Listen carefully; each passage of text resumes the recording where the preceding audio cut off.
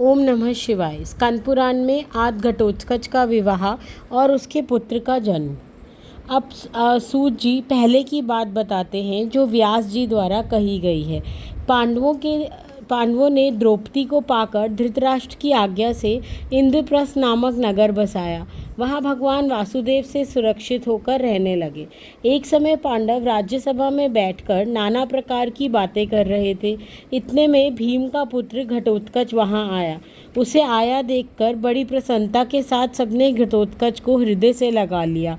घटोत्कच ने भी विनती भाव से सबको प्रणाम किया। तत्पश्चात युधिष्ठिर ने उसे अपनी गोद में बिठाकर आशीर्वाद दिया और पूछा, बेटा कहाँ से आते हो? इतने दिनों तक कहाँ थे? भगवान श्री कृष्ण और हम लोगों में तुम्हारा प्रेम तो है ना? इस पर घटोत्कच ने कहा, मामा के मारे जाने पर उन्हीं के राज सिंहासन पर बिठा दिया गया हूँ। दुष्टों का दमन करता हुआ सर्वत्र विचरता हूँ। अब युधिष्ठिर ने श्री कृष्ण से कहा, मैं चाहता हूँ कि आप मेरे इस योग्य पुत्र के लिए पत्नी ढूंढिए। आप सर्वज्ञ हैं, बताइए इसकी योग्य पत्नी कौन हो सकती है?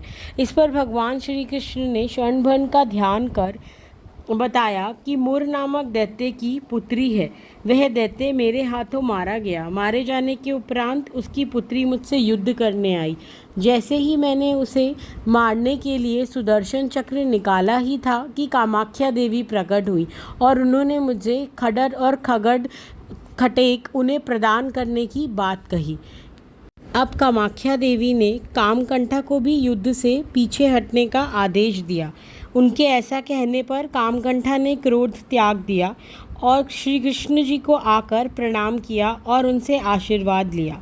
तुम वीर हिडम्बा कुमार को पति के रूप में प्राप्त करोगी, ऐसा आशीर्वाद कामाख्या देवी ने कामकंठा को दिया।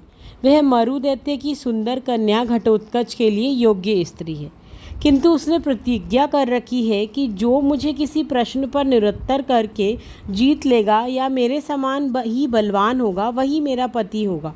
उसकी प्रतिज्ञा सुनकर बहुत से दैत्य राक्षस उसे जीतने के लिए वहां गए, किंतु परास्त हुए या मार डाले गए।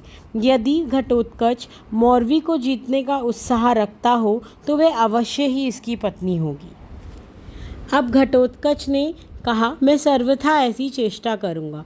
यो कहकर घटोत्कच सबको प्रणाम कर पितरों से विजय का आशीर्वाद पाकर वहां से जाने का विचार किया। अब वहां पहुंचने पर घटोत्कच ने एक सोने का सुंदर भवन देखा। भवन के पास पहुंचकर उसने दरवाजे पर एक सखी खड़ी देखी जिसका नाम कर्णप्रवणा था। उसे अपना बारे में बतलाकर कामकंठा को बुलाने के लिए बोला। अब वो मोरवी के पास भागती हुई पहुंची। वह घटोत्कच के आने की खबर मोरवी को दी।